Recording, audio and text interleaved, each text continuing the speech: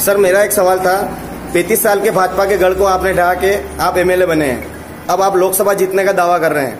क्या आपने ऐसी क्या विशेष प्लान किया है जिसके तहत ये आप दावा कर रहे हैं कि इस बार हम लोकसभा में कांग्रेस की झोली में सीट डाल देंगे? जब पहले यहाँ का जो विधायक था ना तो जनता के लिए हो जाता था ना जनता की सुनवाई करता था, लेकिन आपने देखा होगा मैंने ना तो जन स्वागत करवाया ना जुलूस निकला, डायरेक्ट में जनता के बीच में गया हूँ। एक एक व्यक्ति की जनसुनवाई मैंने करी है, जहाँ जहाँ समस्या आई उसका निस्तारण करने के लिए। और बिजली, पानी, सड़क, चिकित्सा और शिक्षा, इनके ऊपर मेरा सीधा ध्यान है। मैं एक एक चीज आपने देखा हॉस्पिटल वो आज तक कभी मंत्री जी ने देखा ही नहीं था। मैं 1.5 घंटे 2 घंटे तक पूरे हॉस्पिटल में एक एक चीज का निरीक्षण किया है। उसके बाद शिक्षा क्षेत्र में भी आपने देखा होगा मैंने स्कूलें चेक करी है, डीओ और बीओ सबसे मीटिंग करके कहा कि व्यवस्थित कहीं कोई समस्या नहीं होनी चाहिए। प्राइवेट स्कूलों में मैंने आपने देखा होगा 25% जो सरकार का कोटा होता है उसमें निश्चित रूप से गरीब बच्चों को पढ़ाया जा रहा है। उसके ऊपर भी मैंने आपने देखा जो पहले कोई सोचता ही था।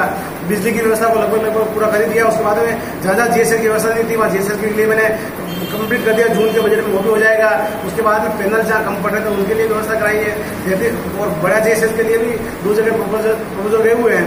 और पानी के लिए आप सबको पता है आज कहाँ क्या स्थिति बन रही है और हर प्रकार से जनता को ये एहसास हो गया है। अभी तो मेरे को कहने लगे लोग कि कुछ भी हो हमारा विधायक हमारे बीच में तो है कम से कम। बाकी पहले आप जानते थे कौन न सांसद दिखता था, न एमएलए दिखता था, न जिला प्रमुख दिखता था, कौन दिखता था? आज की जो प्रेस कॉन्फ्रेंस है वो प्री प्लान है ना? आपके राहुल गांधी जी ने 72,000 रुपए जो देने की बात कही है इसको लेकर प्रेस कॉन्फ्रेंस, पर चूंकि जनता ये जानती है कि प्रतापगढ़ चित्तौड़गढ़ लोकसभा सीट है उसके टिकट फाइनल होना अभी बाकी है। प्रतापगढ़ नहीं पूरे राजस्थान में होना बाकी है। आप प्रतापगढ़ को क्यों फोकस कर रहे हो? आपने मेरी पूरे राजस्थान 24 सीटें डिक्लेयर हो चुकी हो तो आप चित्तौड़गढ़ प्रतापगढ़ की बात पर इस सीट को लेकर लोगों का मानना है कि आज कुछ आप लोगों की तरफ से कुछ संकेत मिलेंगे। अभी 3 नाम चल रहे हैं पैनल में, गोपाल सिंह लीडवा का, जीतू बन्ना का और आपका। आप क्या लगता है इन तीनों में से आपकी दावेदारी आप किस रूप में रख रहे हैं ताकि प्रतापगढ़ की जनता कम से कम ये जानती है? रख चुके हैं हम तो। अब तो आज तो निर्णय होना है। तो सीईसी की मीटिंग चल रही है, स्क्रीनिंग कमेटी की मीटिंग हो चुकी, कुछ नामों पर फैसला हो चुका, कुछ पे हमारे राहुल गांधी जी, सचिन पायलट जी, मुख्यमंत्री जी किसी मंत्री को लड़ाना चाहते हैं क्योंकि अभी हम कोई फोकस नहीं देखा जा रहा है। अभी सिर्फ ये फोकस देखा जा रहा है कि राहुल गांधी को कैसे प्रधानमंत्री बनाना। उसके लिए अगर एमएलए को भी लड़ाना पड़ा और मंत्री को भी लड़ाना पड़ा सीट निकालने के लिए तो हम लड़ाएंगे और हमारे पास में बहुमत पूरा है। जो इस बार एमबीबीएस में सिलेक्शन होता है उनका अधिकतम खर्चा मैं वहन करूंगा।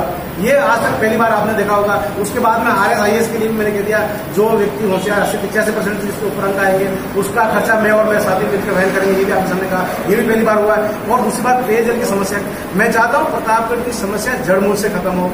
आज आपने देखा होगा जितना बिजली की समस्या पहले आए दिन आ रही थी अपन सब जान रहे थे, आज रात की 1 बजे भी मैं मैसेज करता हूँ बिजली विभाग के अधिकारियों को जवाब देना पड़ता है। यानी कि बिजली की व्यवस्था आज अभी भी गाँव में जाने लगे लोग कह रहे हैं साहब हमारी बिजली की व्यवस्था सही होगी। पेयजल की व्यवस्था के लिए मैंने सारे अधिकारियों को नकेल कर सकी है। उन्होंने 31 मार्च का मुझे समय दिया है। 31 मार्च तक अगर पेयजल की व्यवस्था नहीं सुधरी तो बहुत कुछ चेंजिंग होगा।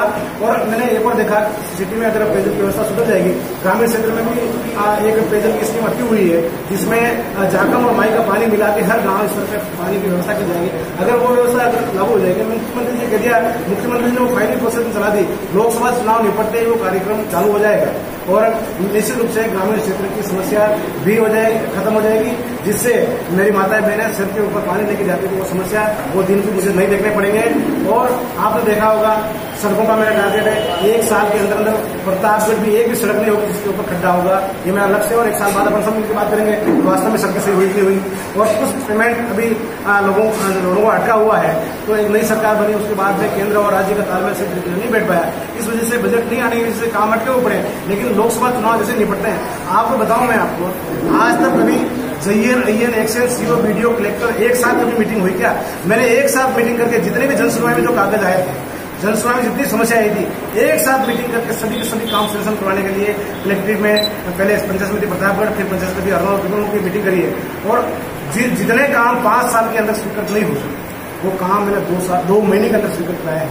और आपको बता दूं अब बहुत सारे कहते हैं कि अभी तक कुछ दिख नहीं रहा है। बहुत कुछ दिखने लग गया है। बाकी 2 महीने 3 महीने जब रिजल्ट आने लगेगा लोकसभा चुनाव बाद, तब आप भी कहोगे छोटा जरूर है, अनुभव कम हो सकते हैं, लेकिन मेहनती जरूर है। आप सब पिछली जो आप कह रहे हो ना सड़कों का काम नहीं हुआ है, पिछली सरकार ने टेंडर तो लगा दिए पर बजट फाइनेंशियल स्वीकृति नहीं दी थी, बजट नहीं था और टेंडर लगा के लोगों को ठेके दे दिए और ठेके देने के बाद में उनको पैसे रिलीज नहीं किए, जो स्थिति